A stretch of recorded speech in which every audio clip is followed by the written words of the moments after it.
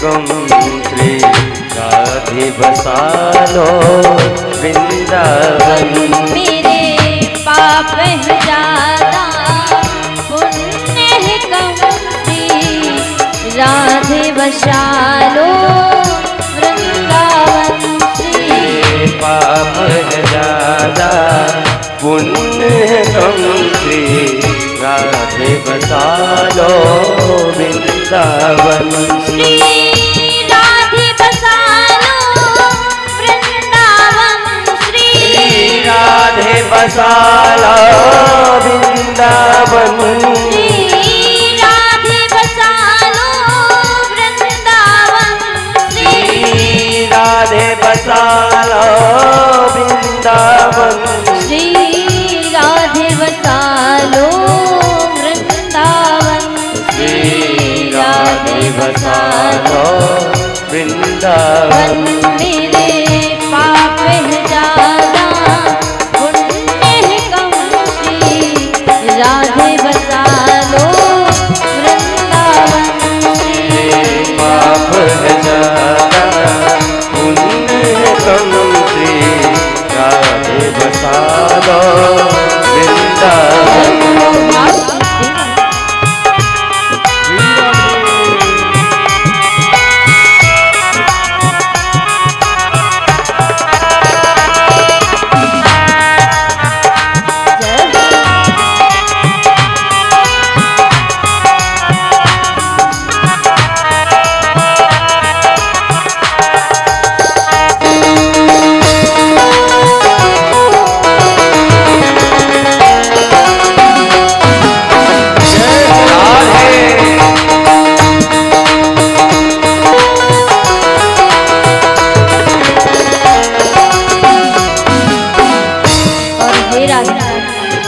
जब भी मैं दान धर्म पुण्य भजन करने का प्रयास करती हूँ, ऐसे समय में विषय विकार मोह माया रूपी आंधियाँ आती हैं और हमारे पुण्यों को नष्ट करके चली जाती हैं।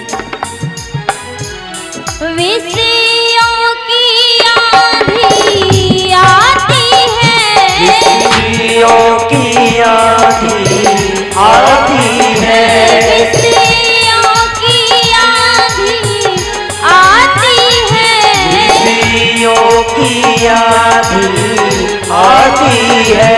मेरे पुण्य नष्ट कर जाती है, अब पुण्य नष्ट कर जाती है। अब किसी से कहूँ मेरे बीते जन्म, किससे कहूँ अब बीते जन्म राधे बसा लो वृंदावन। किससे कहूँ राधे बसा लो वृंदावन।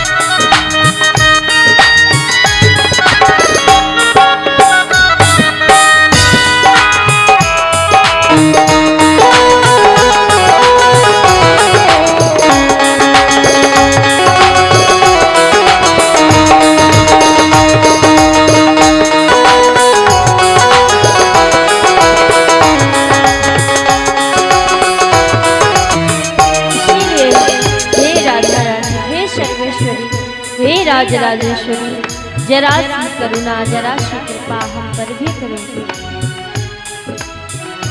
हे सर्वेश्वरी कृपा कर दो, हे सर्वेश्वरी कृपा कर दो, हे सर्वेश्वरी कृपा कर दो, हे सर्वेश्वरी कृपा कर दो।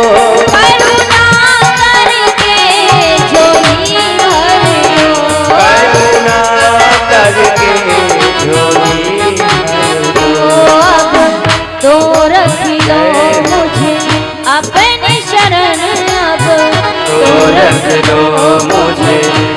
मेरी शरण श्री राधे बसा लो वृंदावन।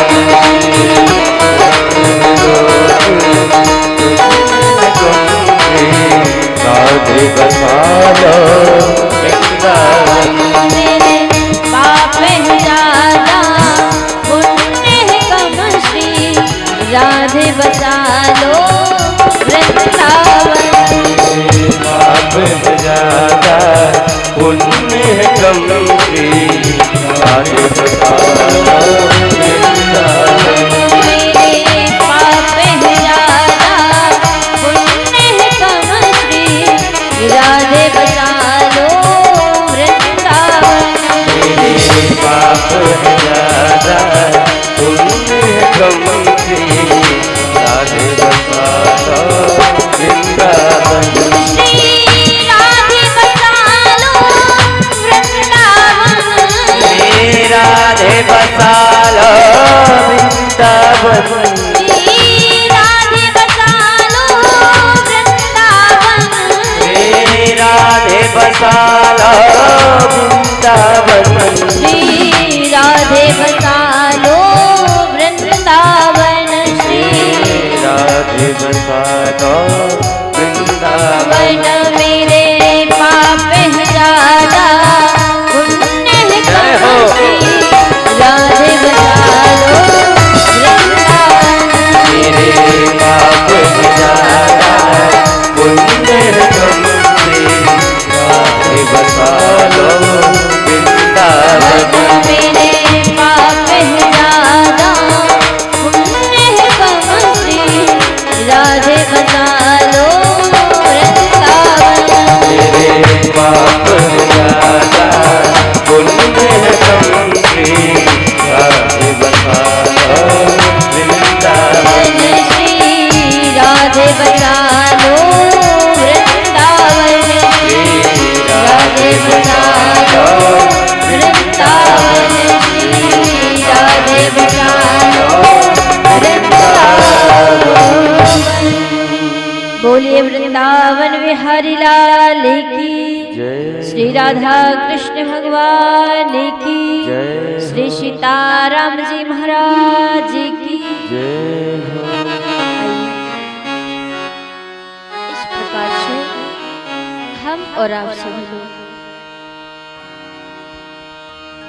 सुंदर भागवत कथा का रसास्वादन करते आ रहे हैं और वास्तव में आज सप्तम दिवस यानी विश्राम दिवस की कथा है। और मैंने प्रथम दिवस भी ये कहा था भागवत कोई पुस्तक नहीं, ये एक चिंतामणि के स्वरूप है। चिंतामणि को आपने देखा होगा। चिंतामणि उससे जो कुछ भी मांगना चाहोगे वो प्राप्त हो जाएगा। और ये मानव जीवन प्राप्त करके भी हम सभी ने अगर सुंदर भगवत संकीर्तन नहीं किया तो हमारा जीवन व्यर्थ चला गया। एक बार एक राजा था। गोस्वामी जी महाराज ने लिखा है कि बड़े भाग मानुष तन पावा। मानुष तन पाकर के भी अगर ईश्वर से विमुख रहे तो फिर जीवन में क्या किया। एक राजा था तो बोले महाराज, उस राजा ने सारे राज्य में घोषणा करा दी कि कल जो है हमारे यहाँ पर चांदी के और लोहे के भंडार खोले जाएंगे और जो व्यक्ति जितना लूटना चाहता है वो वहां से लूट सकता है। तो सारे राज्य के लोग आए और जब चांदी और लोहे के भंडार हैं तो बोले महाराज सबसे पहले क्या उठाया लोगों ने? आप जाएंगे तो क्या उठाएंगे? एक जगह चांदी बट रहा है फ्री में, एक जगह लोहा, तो क्या उठाओगे? बताओ ना, क्या उठाएंगे? लोहा? अरे बोलिए ना। चांदी उठाएंगे। क्यों उठाएंगे? क्योंकि चांदी ज्यादा महंगा है, कॉस्टली है ना, इसीलिए क्या उठाओगी? चांदी। तो महाराज सभी ने क्या उठाया? जल्दी जल्दी अपना बढ़िया बोरिया बिस्तर भर भर के चांदी सब ले गए। अब जितने लोग वहां आते सब चांदी भर भर के ले गए, इसीलिए चांदी का भंडार जल्दी खत्म हो गया। अब बचा क्या? लोहा। तो बेचारे जो बाद में लोग आ रहे थे पीछे पीछे, जिनको ज्ञात नहीं हुआ, जिनको बाद में समय मिला, तो वो आए, उन्होंने कहा कुछ ना मिलने से अच्छा है कुछ मिले, इसीलिए लोहा उठा उठा कर चल पड़े। उसी समय राजा ने घोषणा करा दी कि महाराज जिस व्यक्ति ने लोहा उठाया है उसको मेरे पास फिर से लाइए। क्या कहा? जिसने लोहा उठाया है उसको मेरे पास फिर से लाइए। तो जो चांदी लेकर गए हुए थे उन्होंने कहा कि बात क्या है, चलिए जरा देखें तो सही आखिर क्या हो रहा है जिन्होंने लोहा उठाया। तो जितने भी लोगों ने लोहा उठाया वो सब राजा के पास पहुंचे, और राजा के पास जैसे ही पहुंचे तो राजा के पास एक मणि थी, पारस मणि। क्या थी? पारस मणि। और पारस मणि का जो महत्व होता है, क्या होता है पता है? लोहा में स्पर्श करा दो तो सोना बन जाता है। अब महाराज जितने लोगों ने चांदी उठाया वो सर पटकने लगे, अरे हमने तो बड़ा गलत किया। कारण क्या? लोभ था, भाई चांदी उठाएंगे ज्यादा महंगी है, इसीलिए चांदी उठा उठा कर सब चले गए। बचे लोहे वाले, तो बेचारों ने कहा चलो कुछ नहीं मिला लोहा उठा ले। लेकिन राजा ने सबके जितने लोगों ने लोहा उठाया पारस मणि से स्पर्श करा दिया, सबका सब सोना बना। अब तो महाराज जितने गरीब लोग थे, जितने बाद में आए, वो बड़े प्रसन्न हुए, चांदी वाले लोग सर पटक। तो यहाँ पर ये उदाहरण इसलिए दिया गया कि जो मानव शरीर मिला तो हमको क्या मिला है? एक लौह स्वरूप। देवताओं को भी ये शरीर दुर्लभ है। क्यों? बोले महाराज उनने सबसे पहले ये सोचा कि हम अमर हो जाएंगे तो हमारा कल्याण हो जाएगा। अमृत पान करके उन्होंने चांदी को पहले से उठा लिया, और हम सब लोग क्या हैं? बोले महाराज हम सभी लोगों के पास भगवान ने एक पारस मणि दी, और वो पारस मणि क्या है? भगवान का नाम, संकीर्तन, भजन। क्यों? बोले महाराज अगर देवता चाहें कि हम स्वर्ग में रहकर भगवान का भजन कर लें तो ये संभव नहीं है। आप चाहे ऊपर के स्वर्ग लोक 7 लोकों में चले जाएं, चाहे नीचे के 7 तलों में चले जाएं, लेकिन महाराज जो व्यवस्था मृत्यु लोक में है वो कहीं नहीं। क्योंकि अगर राजा बलि ने कहा कि मैं स्वर्ग में यज्ञ कर लूं, लेकिन स्वर्ग में ये सुविधाएं नहीं है। स्वर्ग में ना भजन कर सकते, ना पूजा कर सकते, ना यज्ञ कर सकते, ना जप तप कुछ नहीं कर सकते। स्वर्ग किस लिए है? बोले जो कर्म मृत्यु लोक में किया है उसका फल ऐश आराम जाएंगे, स्वर्ग में भोगेंगे। जितना पुण्य था उतना ऐश और आराम करो, पुण्य खत्म, फिर से मृत्यु लोक में आपको भेज दिया जाए। इसीलिए महाराज ये मानव शरीर कैसा है? भगवान ने इसके साथ साथ एक पारस मणि दे दी आपको, और वो है भगवान की सुंदर कथा, नाम संकीर्तन। इसलिए इस पारस मणि का जरा तो सदुपयोग करो, हमारा जीवन तो इतना सोने जैसा सुनहरा हो जाए। बस एक बार उसकी शरण में आकर तो देखो। हम मांगते क्या है भगवान से? संसारिक श्रीमद् भागवत कथा प्रथम दिवस जो व्यक्ति आए और वो संकल्प ले ले कि आज से 7 दिनों तक मैं नित्य निरंतर मन वचन कर्म से 7 दिनों तक किसकी बुराई नहीं करूंगा, तामसी भोजन नहीं करूंगा, सात्विक रूप से मैं भगवान आपकी आराधना करूंगा, ऐसा संकल्प लेकर जो व्यक्ति 7 दिनों तक कथा को सुनता है, भले वो आपने ना कराई हो, श्रोताओं में कोई भी व्यक्ति सुने, तो 7वें दिन के बाद जब हम घर जाते हैं तो वास्तव में आपके घर में अगर 2 सदस्य हैं तो 2 नहीं 3 हो जाते हैं, अगर 5 हैं तो 6 हो जाते हैं, यानी कि 1 बढ़ जाता है, क्योंकि हमारे श्री बांके बिहारी हमारे साथ जाता है। ये सत्य है, बस भाव होना चाहिए। कथा तो सुनी लेकिन अहंकार वो सुनी, अधर्म साथ में किया है, तो महाराज ऐसे समय पर हमारा वो पुण्य ह्रास हो जाता है।